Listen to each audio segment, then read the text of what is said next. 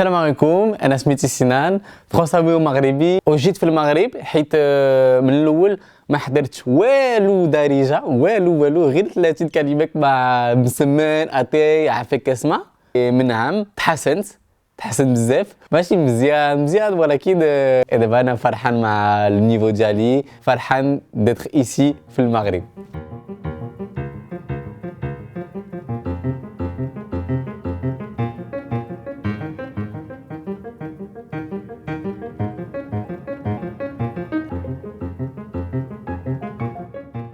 Ça fait un an que je partage mon quotidien, que je partage mon histoire sur les réseaux sociaux sous le nom du Petit Marocain. Et quelque chose qui me tient vraiment à cœur, c'est de parler du Maroc d'aujourd'hui. Ça veut dire casser la bouche de tous les clichés, de tous les stéréotypes qui tournent autour du Maroc. Il y a couscous chameau désert, Marrakech boîte de nuit et le bled pour la diaspora. Et en fait, ces trois Marocs, ils existent. C'est une réalité du Maroc. Mais c'est trois parmi tant d'autres. Moi, j'ai toujours connu le Maroc en marchant derrière mon père. C'est-à-dire que mon père, c'était le Marocain, c'est le seul qui parlait arabe, c'est le seul qui connaissait plus le pays que nous. Là, donc finalement, on faisait tout en marchant derrière lui. J'en ai beaucoup voulu à mon père de ne pas m'avoir transmis la langue parce qu'à chaque fois, chaque année, c'était une nouvelle blessure. Ça donnait des situations où quand on était au Maroc, on allait chez la famille, moi et mes sœurs et ma mère, et il y a mon père, et en fait, on est tous assis sur le canapé, et il n'y a que mon père qui parle. Et nous, on est là, on comprend rien, on peut même pas, on peut rien dire. Physiquement, tu es là, et tu te dis, je suis un étranger. Et du coup, j'avais toujours ce truc en tête de un jour, j'irai au Maroc pour apprendre la langue, moi-même, tout seul. J'ai fait un long voyage en train et en bateau pour laisser le temps, pour apprendre des mots d'arabe, parce qu'en fait, moi, je parlais pas arabe. J'avais 30 mots d'arabe et en fait j'avais vraiment cette rencontre en tête. Vas-y Sinan, il faut que tu parles au moins 10 minutes. Et en fait, au bout de 2 minutes, je pouvais plus rien dire parce que j'avais pas les mots.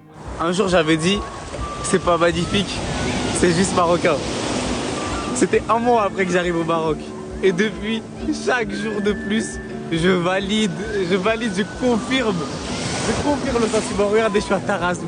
Moi, au Maroc, il m'est arrivé plein de magnifiques histoires.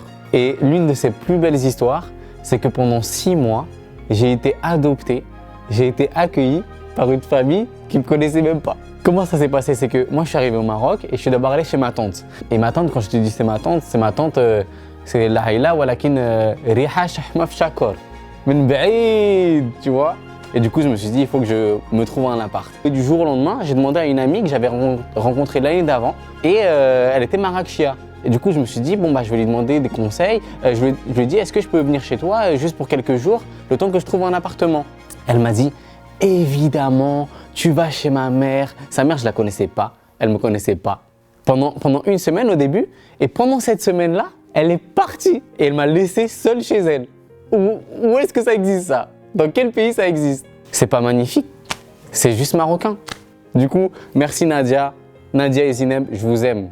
Je vous aime vraiment du fond du cœur. Tout est amour, tout est houb finalement, parce que le houb, c'est quelque chose de مهم في الحياة. Et ملي كنشوف هاد الشيء je me dis, non, je me dis, il n'y a pas trop d'amour. Mais je me dis, كاين حب بزاف حب. Alors que je venais au Maroc tous les étés.